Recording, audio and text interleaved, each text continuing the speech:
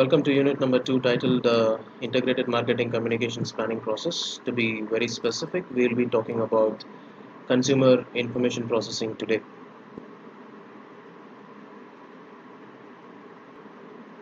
An average modern person is exposed to 5,000 advertisements per day. An average young person views more than 3,000 advertisements per day over various platforms such as TV, internet, billboards, and magazines. Digital marketing experts estimate that most Indians are exposed to around 4,000 to 10,000 advertisements per day. These numbers are very massive, and it helps us to understand one thing, that today the marketers are operating in a highly cluttered environment where the brands are competing with each other on who is going to communicate with the consumer first so as to gain a better attention from the consumer. So, in a situation like this, as a marketer, what you are supposed to do so that you can thrive in a cluttered environment such as this. So, as a marketer, you have to make sure that your message is delivered consistently in a very simple, creative, and effective way. And it is also important for you to find the right time and the right platform to convey the message to the consumer. Since the environment is very cluttered today, where the competition is high, it is very important for us to understand that there is a high possibility that uh, we may miss the message which we actually wanted to convey to the consumer, because each consumer is different, and the way in which your message is going to be interpreted by each consumer changes. So there is a high risk that we may lose our way. So, how do we cut through this cluttered environment? It is by obviously understanding how consumer processes an information. So, if you ask, is there any theory to support and understand this process? Yes, we have selective process theory.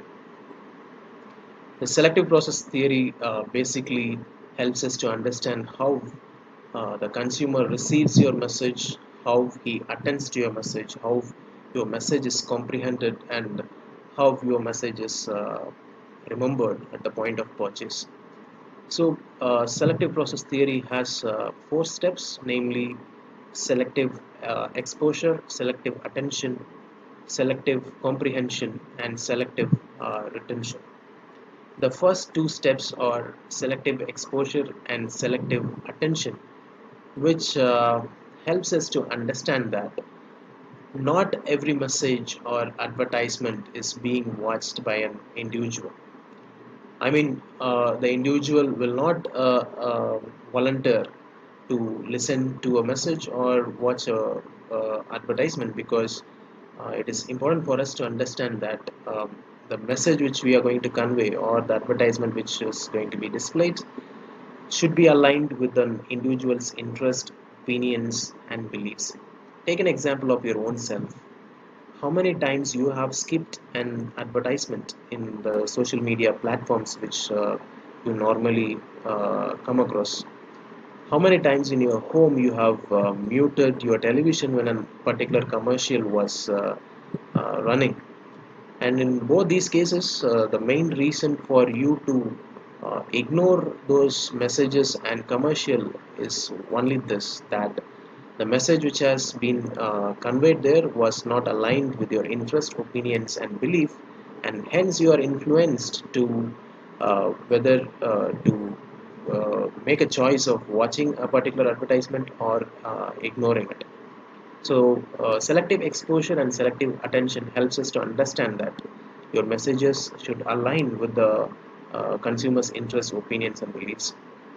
Selective comprehension helps us to understand that your message can be interpreted in a different way by different consumer, and that is mainly because each consumer has a different background of values and beliefs. So the people, they tend to attach your message to their prior experiences, memories, and expectations, and they have the.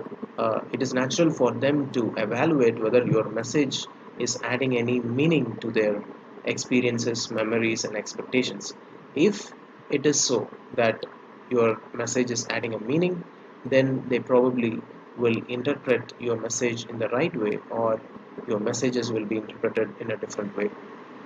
Selective retention is a step where the consumer tends to remember your message at the point of purchase. People remember the message that supports their belief rather than contradict them. So, if you understand the selective process, if you uh, watch this selective process theory very closely, it is talking about one common thing.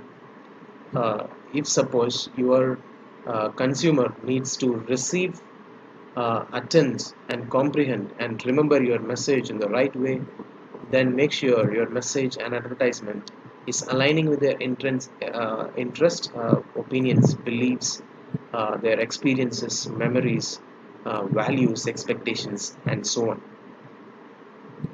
So, for an advertisement to be successful, it must physically reach the consumer first. The consumer must then attend to it. It must be correctly understood and stored in the memory so that it will be remembered at the point of purchase. In order to survive until the very last step, that is the point of purchase, the brands must actually pay close attention to the beliefs and attitudes of their audience so that they can provide messages that are simple and straightforward enough to avoid different interpretations, and that will add appeal to their target audience. I hope you have understood this very short explanation on consumer information processing, and it also, I hope, it helps you to understand the selective process theory. So that concludes the topic for today. In the next video, we'll be discussing about what are the steps involved in effective communication.